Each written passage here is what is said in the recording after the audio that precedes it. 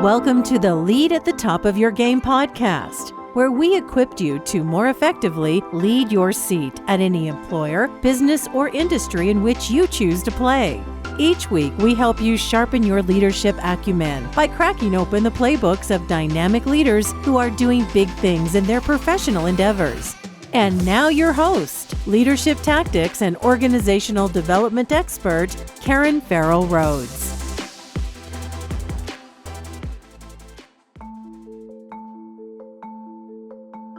Hello, my friends, and welcome back to the podcast. And thanks for joining another episode designed to help you better lead at the top of your game.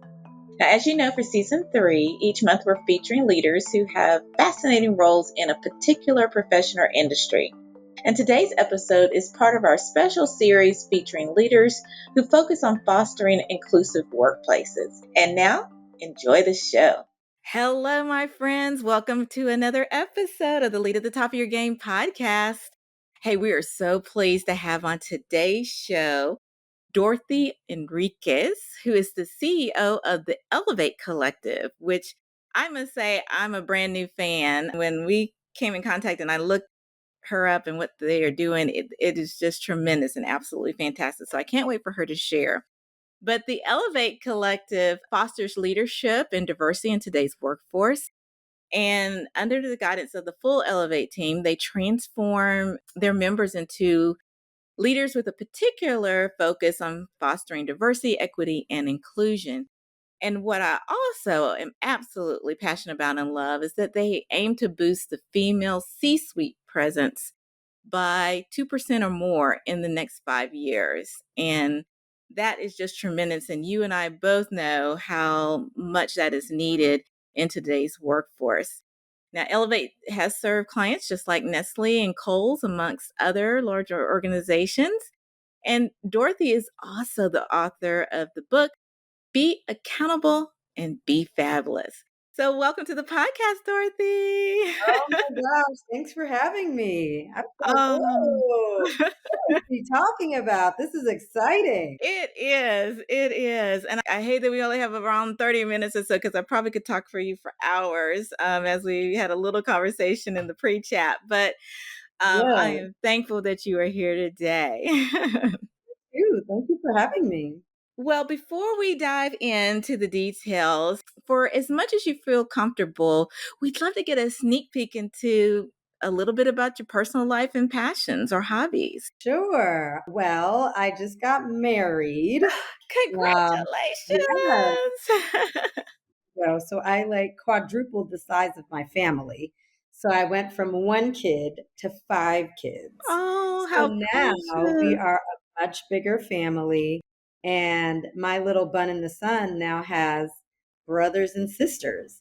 And so she Oh, is thrilled to not be an only child. And I look amazing for having had 5 yes, children. you do. I mean, just bottle that up, right? We're going to become trillionaires if we could resell That's it. right. That's right. So that is the sneak peek into what's been going on for about the last 6 weeks of my life. Oh, well, first of all, congratulations. Yeah. It's fantastic to hear about such a blended family. And I know your little one is happy with quadruple the love that goes around with all of y'all being together. So, Yeah. so happy Yeah. for you all. It is an exciting time I for sure. bet. Lots of blending. Lots of blending. Lots of blending. Absolutely. Well, let's go ahead and dive in a little bit about the work that you all are doing at the Ellevate Collective. So let's just start off by you sharing with our listeners what Ellevate Collective is all about. And I know I didn't do it justice enough for all the fantastic things you're doing. So can you share with us a bit more deeply about what you're doing, what you're trying to achieve, and some of the impacts that you're trying to make? Yeah. So we are an award winning premier learning and leadership development firm with a diversity, equity, inclusion arm. We were doing DEI before it got cute, though. So, there's that. So we've been in the leadership development space, diversity, equity, inclusion space for a while. And primarily, we have a focus on CPG, which is consumer packaged goods. And so we like to focus in the area of manufacturing and production because that's where a robust part of our background comes from. And so it allows us to serve that client base with expertise and brilliance. So that's why we've been able to partner with clients like Nestle and Campbell's and Mars as we continue to serve those clients. And then, when we think about manufacturing, that also dovetails into retail. So that's where the Kohl's of the world, the For Love and Lemons would come from, and they're a subsidiary of Victoria's Secret. So what we want to do and what we strive to do is a few things.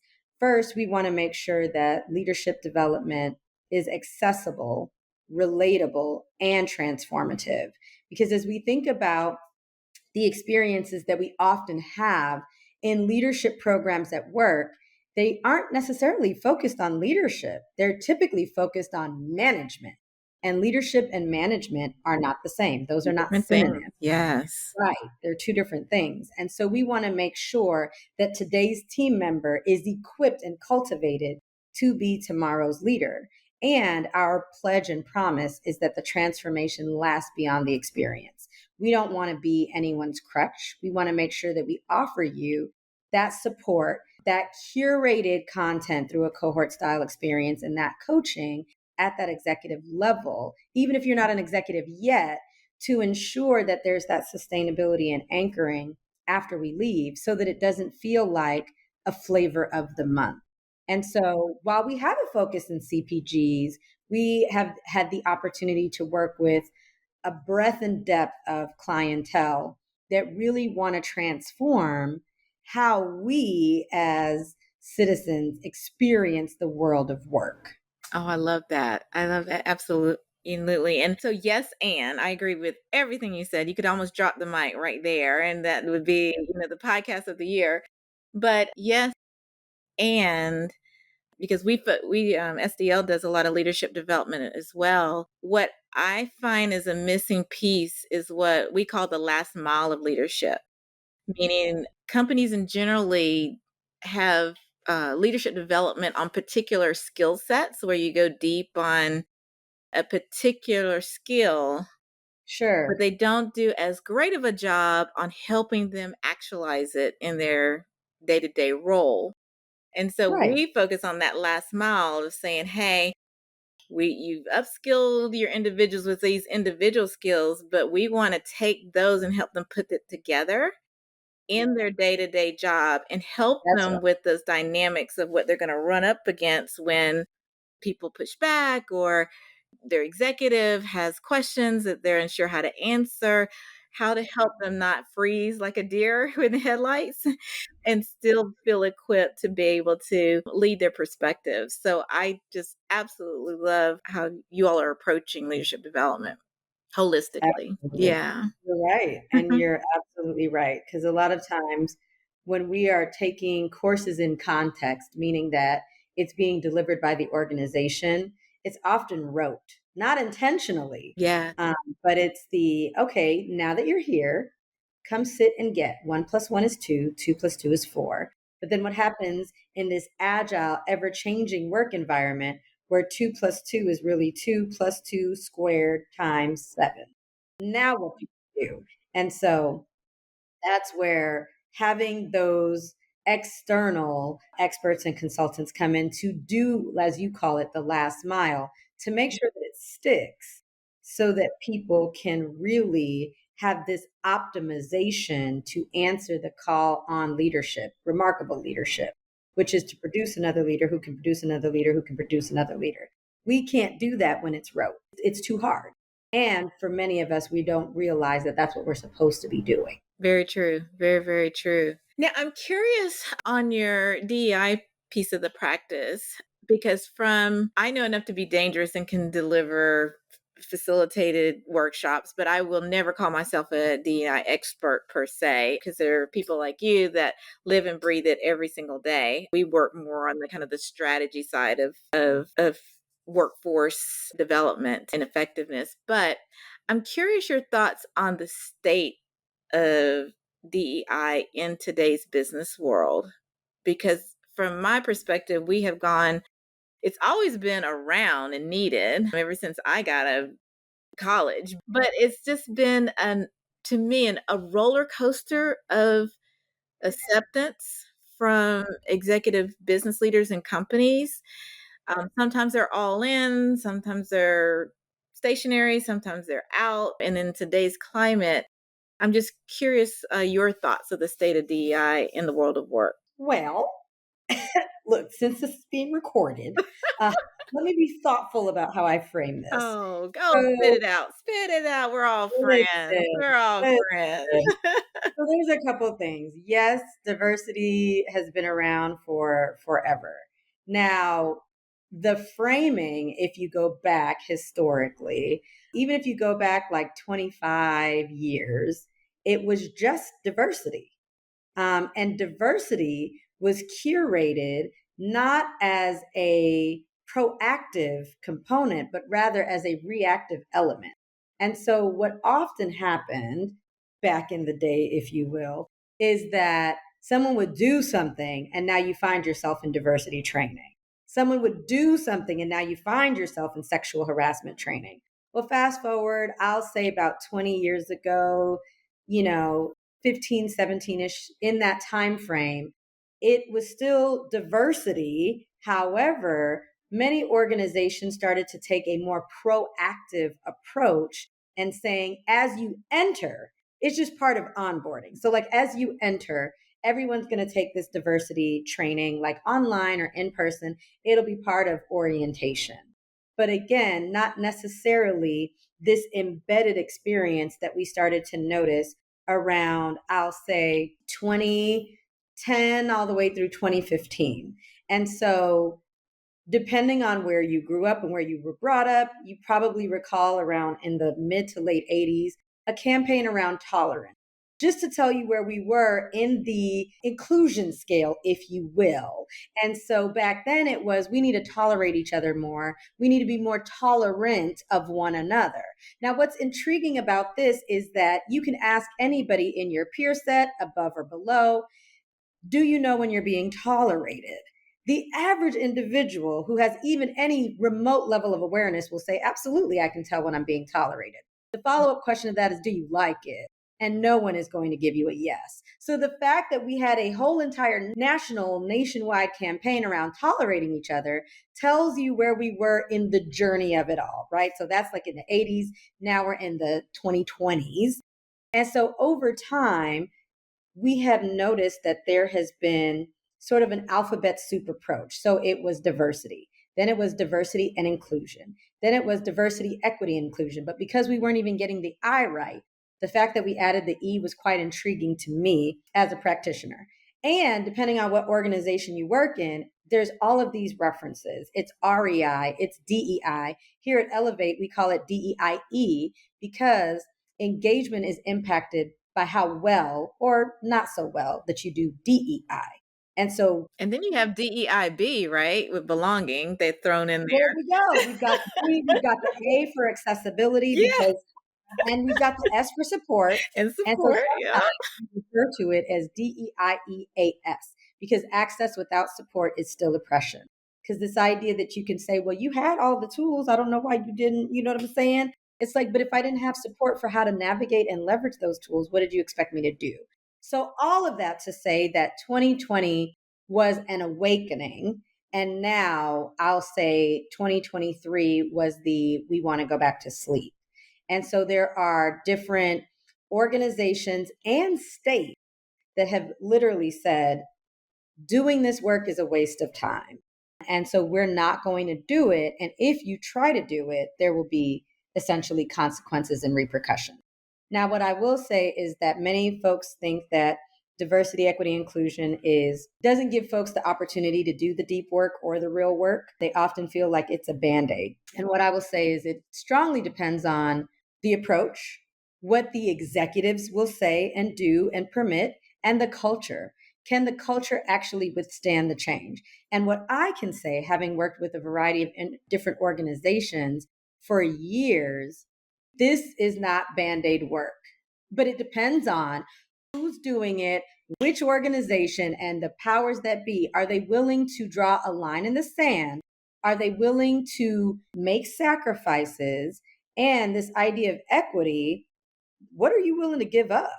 Because if we're going to make it equitable, someone might not get something. That's right. It's got to be a give somewhere in order to Absolutely. be. There has to be give and take. And are you willing to break a system that is literally working the way it was designed to work? Are you willing to make those But how changes? many companies say, yes, I'm willing to do that? A lot. Not enough, but a lot. But would I say that it's like 50%? No. But I think it's one of those things where it's like you begin transforming one organization at a time. And I remember, Delta Airlines kind of spearheading making even the informational videos more diverse and it having different languages and different faces. And it used to not be that way. And so I think that there are different ways for organizations to spearhead this work, but it really, to your point, depends on are they willing? And some organizations, it's a no. Other organizations, it's a slow trickle.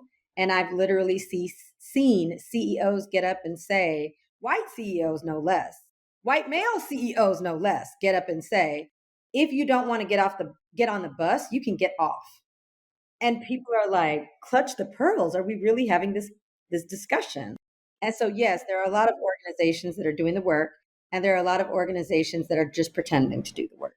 I just sigh because it's just such a sad state of affairs when there's literally research after research study out there that shows that by truly embracing this work and infusing it into your business and people strategies helps accelerate the very business metrics and success that all of these CXOs are accountable for. So why would you not use a tool or a lever or something to is a no-brainer that will help everyone achieve? It just blows my mind. So Right. just Right. so That's right. well, That's let me right. turn the tables a little bit. Let's talk about women in the C-suite and the lack of representation in many companies and industries of females on corporate boards. And I'm curious if you have any thoughts or ideas about why this continues to be an area of concern. I know there's a lot of organizations that are trying to improve on this, and I'm in fact in a program that is trying to help change this trend. But since I know a bit of your all's work is around that, I'd love to hear some of your thoughts around that, and maybe if there's a tip or two for females that have that aspiration to get to those higher levels in the C-suite and the board. How should they think about and prepare themselves to be able to, you know, be a prime candidate? Yeah. So let me make sure I play it back since it was a two-part I know question. there's a lot in there. I'm sorry. The first question was, why is it uneven in the C-suite?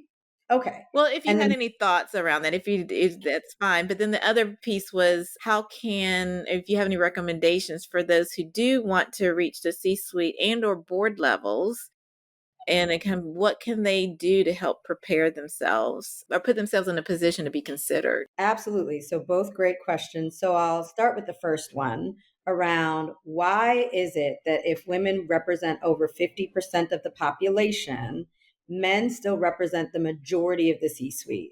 And so we think we will define C-suite as the chief levels in a large organization. So your chief human resource officer, chief marketing officer, chief finance officer, et cetera.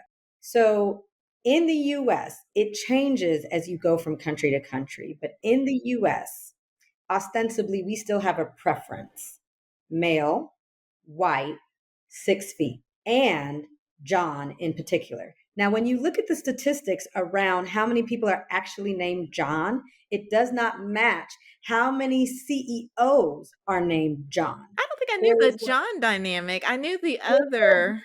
a disparity that like doesn't even make sense. And so, because we have this preference, that speaks to the next point around why is it so uneven?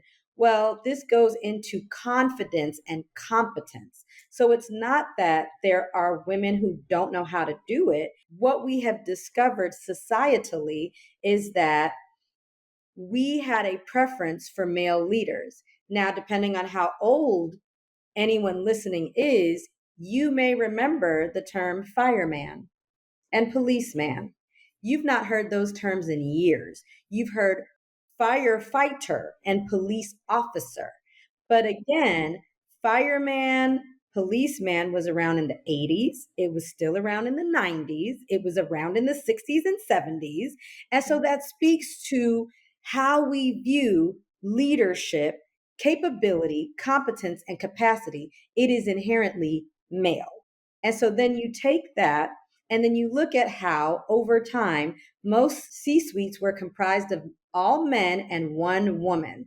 Well, over time, I'll say like late 90s, going into the 2000s, there started to be this swell of you only have one woman, that's not diverse. And this is where we started to hear the term toucan, because that was their way of addressing the disparity in the gap. So we don't just have one woman, we've got two. We've done our job. So now, if we look at the history of how it got to be, and then we're looking at, okay, well, now it's like 26-ish% in the C suite, even though we represent more than 50% of the population. So part of this, I think it's a twofold experience. Number one, lots of women end up dropping out of the workforce because they become mothers and they become primary parents. Now, as you go to other countries, women are not always required to be the primary parent. But if you look at the system of child care in the US and presidents in the 70s, that essentially 60s and 70s, that said, if you let other people take care of your kids, we'll all go to hell in a handbasket. Well, that's part of why the government does not fund childcare in the US, but governments across the world fund and support childcare. So women end up dropping out of the workforce. That's part of it. There is the second generation gender bias. That's another part of it. But then the finale goes back to competence and confidence. The research shows that women are actually quite competent and in many cases more competent than their male counterparts. But the confidence element is where we end up shooting ourselves in the foot. What do I mean? Well, we'll often see opportunities, and unless we can check off every single box, we're not applying. We are often told, hey, go ahead and throw your name in the hat, put your name, put your horseshoe in the ring, whatever the case is. And we're thinking, well, I don't know, because I got to make sure I pick my kids up. And so if I have to pick my kids up, but I see that the person who was previously in the role didn't leave till 6, I guess I can't do it. Now, you might be thinking, no, that would be like a lower level individual who hasn't been working for the last 10, 15, 20 years. No, this happens even at the highest echelons. It does. Where we find ourselves overthinking. And so there's all of these contributing factors that play a role, but ultimately, I think it's going to still take time before we see that it is even. But what I will lift up is, because we predominantly work with large corporations and nonprofits, there are many organizations that have initiatives around creating a more even C-suite. And so while it may not be 50-50, I think over the next few years, we're going to see it'll creep up. And 40. I think it'll be a while before we see 50%, but there are some organizations that have already achieved that and beyond. And the fact that when we want to do this well, it's this adage of what gets measured gets done. That's right. What gets tracked gets done. And so with organizations that have those types of initiatives attached to bonus and attached to merit increases, they're more likely to get stuff done. So that was a really long answer about why it's uneven, but a couple quick tips that I would say for women who want to engage in the climb, as we'll call it. Number one, especially if you are a woman of color, get a coach. What the research shows is we as women of color are far less likely to get coaches, not because we just don't want to coach, but because no one is suggesting it. And so it just kind of doesn't come to mind to invest in ourselves in that way. Now, if you can get your company to pay for it, even better, but invest in a coach. The other thing that I will lift up is your job, lady leader, is to build an army of people who can carry your good name forward. And when I say an army, I mean it. And it cannot be your boss. It cannot be your boss. It cannot be your boss. Your boss's job is to manage your performance. So even if you try to make them your champion and advocate, they will always come across bias. And so your job is to lean into what's already built into our DNA. We are already built to tend and befriend. And so that means that there's this natural component in how women are curated and created to build relationships and rapport. And so you want to build as many relationships as possible, cross functionally, up, down, and across, where there are people who are in rooms that you're not in yet who can carry your good name forward and your personal brand forward. But in particular, lady leader, I want you to work on in 2024 getting a champion, a sponsor, or an advocate. This is someone who has influence. This is someone who's likable enough. You can't pick Miranda Priestley. She was incredible, right? But nobody liked her. So this is someone who has influence. This is someone who has some element of likability. And this is someone who's willing to speak up on your behalf. You need a champion, an advocate, a sponsor. This is the person who's going to get you into that next role. And this is the person who will potentially help you engage in a two-step acceleration or a leapfrog because they got the game and they have access and they can give you support.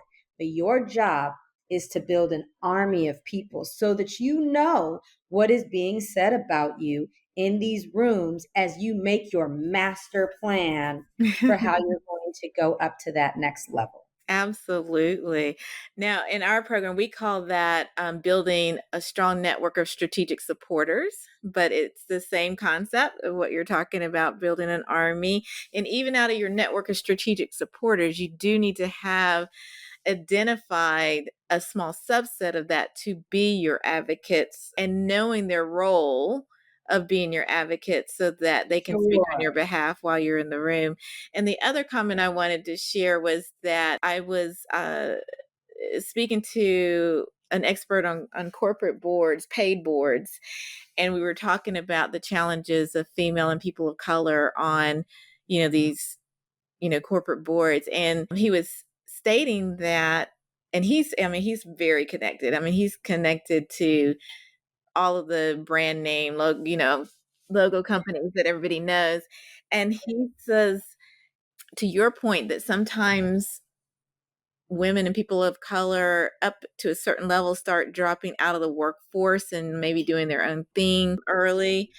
They don't get that last mile of exposure of knowing where the opportunities are, having that strategic supporter that would nominate them to be a candidate on a paid board, and then actually really knowing the role that or how they want to show up at a corporate board so that they're providing the type of value where nobody would consider replacing them, kind of thing. And so it's having all of that you've said, plus that additional knowledge to be able to be on those short lists. There's a, hate to say it, but there's a way that's not, you won't be able to find it on Google on how to get onto these type of paid boards. So you've got to be into that network so that you're able to hopefully get nominated. But anywho, I know we're running short on time, but I definitely want to get to one last question, but let me let you say your last comment first. So the other thing I was going to say is along the lines of what you were saying is that it's not what you know and it's not necessarily who you know, because we know a lot of people. It's who knows you. That's right. That's right. Who knows you? Because you can say, oh, I know whoever. Yeah. Do they know you though? That's right. Do they know you and do they know anything about you? Yeah. Or do they just know of you? And are they invested in your success too? They can know you. but are they going to be the one to stand up and support your name, like you said, when you're not in the room? Right. Yeah. Right. Well, before we close out, gosh, I can't believe we've been talking for almost 30 minutes. Well, over 30 minutes now. We always love to ask our guests which of the leadership tactics that I talk about in my book really jumped out and resonated with them. And you were so kind enough to share that leading with intrapreneurship kind of raised the eye or two. And for our listeners out there, if you remember, leading with intrapreneurship is all about building an organization or entity or team that you're working in by identifying new opportunities to develop or improve operations, products, and services. So it's all within whatever entity that you're working in, always having an eye out for innovation, improvement, and bringing those to the table. So, Dorothy, I'm going to ask you to share why leading with intrapreneurship really resonated with you as well. Sure. And so basically, the reason why that stands out is because that if you want to be a remarkable leader and you want to be the plug, as we call it here at Ellevate, you want to lead with intrapreneurship because that means you're taking ownership.